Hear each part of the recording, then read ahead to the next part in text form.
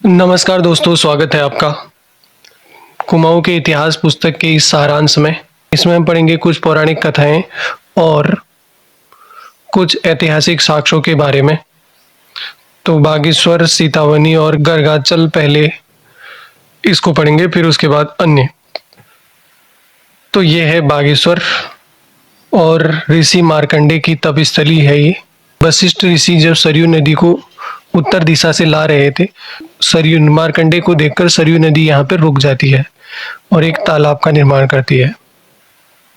तो बागेश्वर नाम कैसे पड़ा उसके बारे में थोड़ा जान लेते हैं। तो जब ऋषि वशिष्ठ सरयू नदी को ला रहे थे, रास्ते में ऋषि मार्कंडे तप कर रहे थे। तो उन्होंने भगवान शिव से प्रार्थना की कि ऋषि मार्कंडे को रास्ते से हटा दो। तो उसके लिए भगवान शिव और पार्वती ने गाय और बाघ का रूप धारण किया। जो बाघ है वो गाय पर झपटा और ऋषि मार्कंडे उनको बचाने के लिए गए और इसलिए ऐसे करके सरयू नदी का रास्ता खोला था। दोबारा समझ लेते हैं इसको फ्लो चार्ट से। ऋषि वशिष्ठ सरयू नदी को ला रहे थे, मार्कंडे ऋषि रास्ते में तप कर रहे थे। तो सरयू नदी वहां पे रुक जाती है और एक तालाब का निर्माण करती है। तो ऋषि वशिष्ठ भगवान शिव से प्रार्थना करते हैं, तो शिव पार्वती और गाय और बाघ का रूप धारण करते हैं। तो मार्कंडे ऋषि गाय को बचाने के लिए उनके पीछे भागते हैं, शिव पार्वती के पीछे, यानी गाय और बाघ के पीछे गाय को बचाने के लिए भागते हैं। तो ऐसे करके सरयू नदी का रास्ता खुल जाता है और बाद में मार्कंडे ऋषि के द्वारा यहाँ पे बागेश्वर या व्याघ्रेश्वर की स्थापना की जाती है। तो बागेश्वर में शिव को बाघ के रूप में पूजा जाता है और बागनाथ कहा जाता है वहां को, और मार्कंडे ऋषि के द्वारा व्याघ्रेश्वर की स्थापना की गई थी और यह बागेश्वर कहते हैं। और सरयू और गोमती नदी के संगम पर है यह पवित्र धाम। अगला स्थान है सीतावनी। जो सीतावनी है वो सीता और कौशिकी नदी के बीच में एक सुंदर उपवन है। यहाँ पे सप्त ऋषियों और सत्यव्रत ने तपस्या की थी। इसके आसपास देवकी या दापका नदी और गर्ग या गागर पर्वत है और कई गुफाएं, खदान आदि हैं यहाँ पे।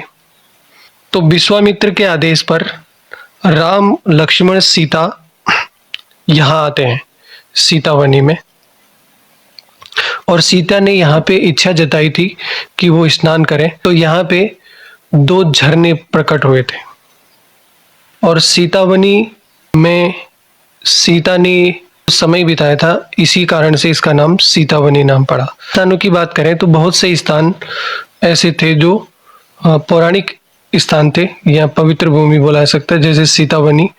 तो यहाँ पे सीता की अशोक वाटिका थी। बागेश्वर हमने पढ़ा ही था, मार्कंडे ऋषि की तपस्थली थी।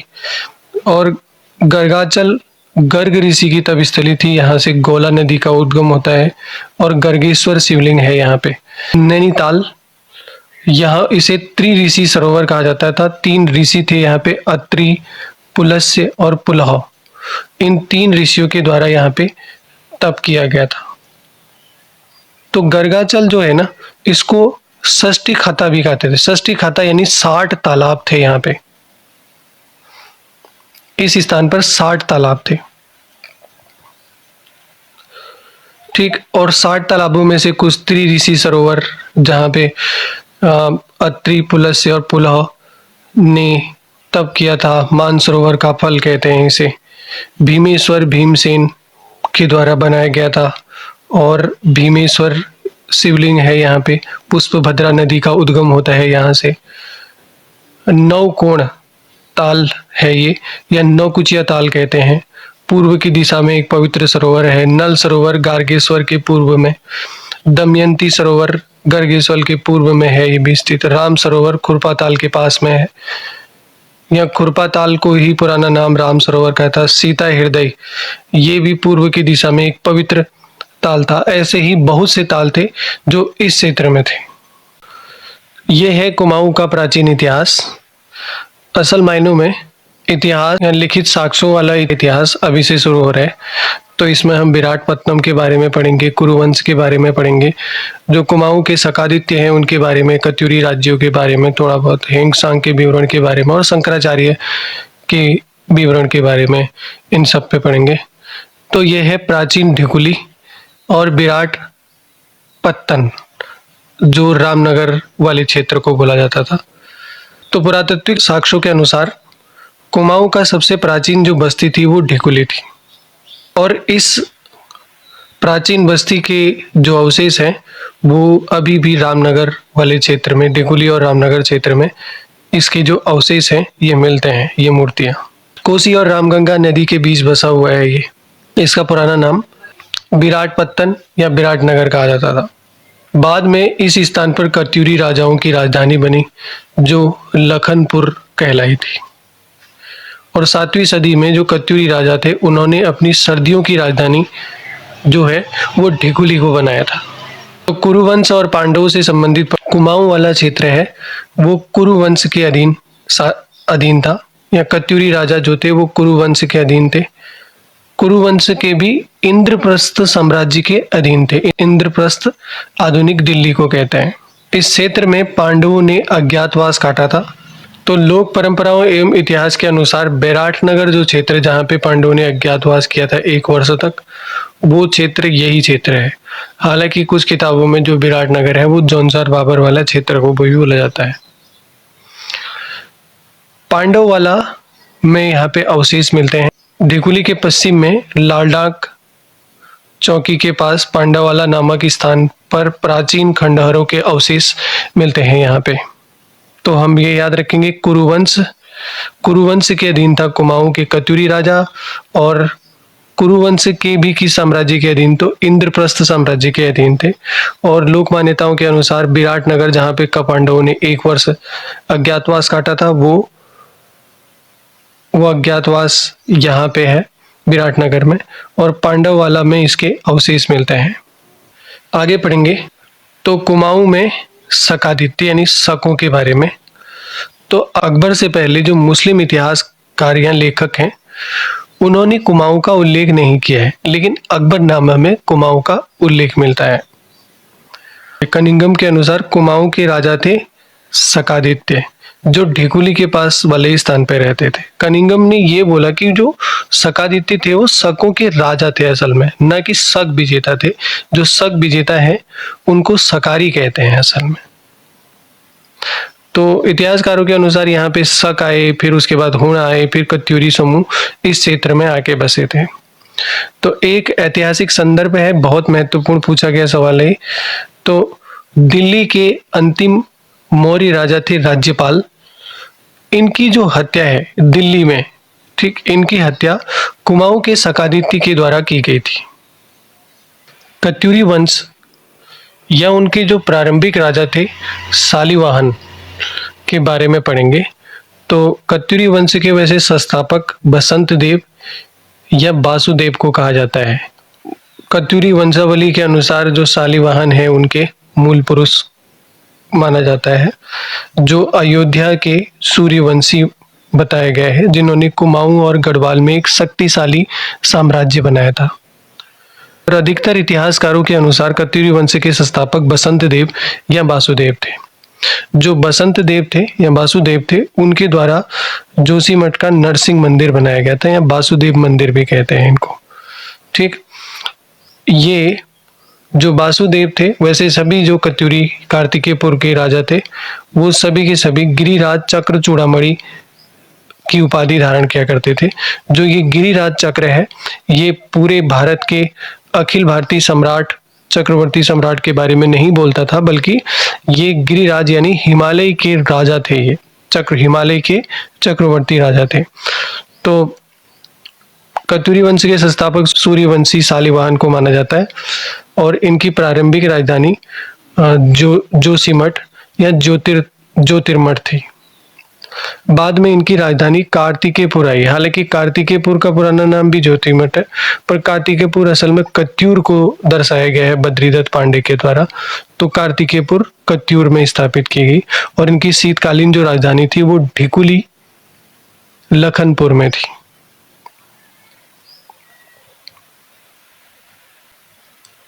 ए एटकिंसन ने एक कुमाऊं के लोकगीत का विश्लेषण किया था। उस लोकगीत में है आसन वाका, बासन वाका, सिंहासन वाका, वाका ब्रह्म, वाका लखनपुर।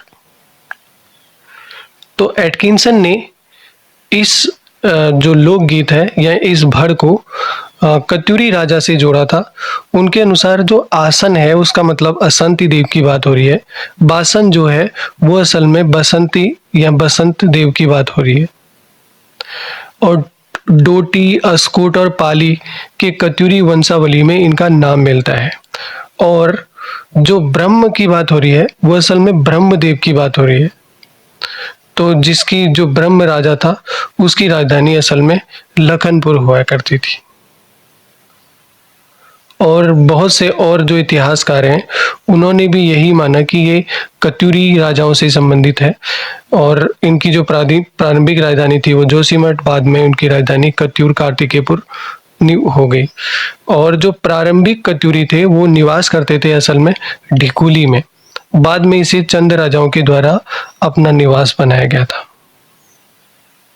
जो कत्यूरी राजा हैं उन्होंने अपनी राजधानी जोशीमठ से कार्तिकेयपुर या कत्यूर क्यों स्थानांतरित की, इसके बारे में दो लोक कथाएं प्रचलित हैं इस पुस्तक के अनुसार, बद्रीदत्त पांडे के अनुसार दो हैं। जो पहला कथा है वो भगवान नरसिंह के कहने पर उन्होंने या नरसिंह देव के कहने पर उन्होंने अपनी राजधानी परिवर्तित की। तो होता क्या है कि एक बार जो राजा थे वहाँ के, इस पुस्तक के अनुसार वासुदेव राजा थे, वो उस समय शिकार कर रहे थे, शिकार के लिए गए थे। तो भगवान नरसिंह वेश बदलकर उनके महल में आते हैं। तो रानी उनको पहचान लेती है और उनको उनकी मेजबानी करती है। तो ठीक उसी समय जो राजा है वो वापस लौटता है और अपने पलंग में भगवान नरसिंह को सोए हुए देखकर गुस्से से आग बबूला हो जाता है और भगवान नरसिंह पर तलवार चला देता है। जो देवता है उससे वो रुष्ट हो जाते हैं और उन्हें श्राप देते हैं कि तू अपनी राजधानी जोशीमठ से कत्यूर स्थानांतरित कर दे करके। तो पहली ये कथा है, मैं इसको दोबारा बता देता हूँ। तो वासुदेव शिकार पर गए थे, जो राजा वासुदेव है उस शिकार पर गए थे और नरसिंह देव वेश बदलकर उनके महल में आते हैं। रानी उनको पहचान लेती है और उनको खिला के पलंग पे सुला देती है। ठीक उसी समय राजा आ जाएंगे तो वो गुस्से में उन पर तलवार चला देते हैं और जिससे नरसिंह देव उनको श्राप दे देते हैं और राजधानी कत्यूर स्थानांतरित करने का आदेश देते हैं। जो दूसरी कहानी है वो ये है आदिगुरु शंकराचार्य के द्वारा। तो जब आदिगुरु शंकराचार्य ने हिंदू धर्म के दिग्विजय या सनातन धर्म के दिग्विजय की यात्रा शुरू की गई थी तो वो कत्यूरियों के दरबार में आए थे। उन्होंने कत्यूरी से मुलाकात की और जो कत्यूरी जो रानी थी वो वैष्णव संप्रदाय से बहुत ज़्यादा प्रभावित थी। जो राजा वासुदेव है वो स्नान करने के लिए उसके बाद प्रयाग जाते हैं।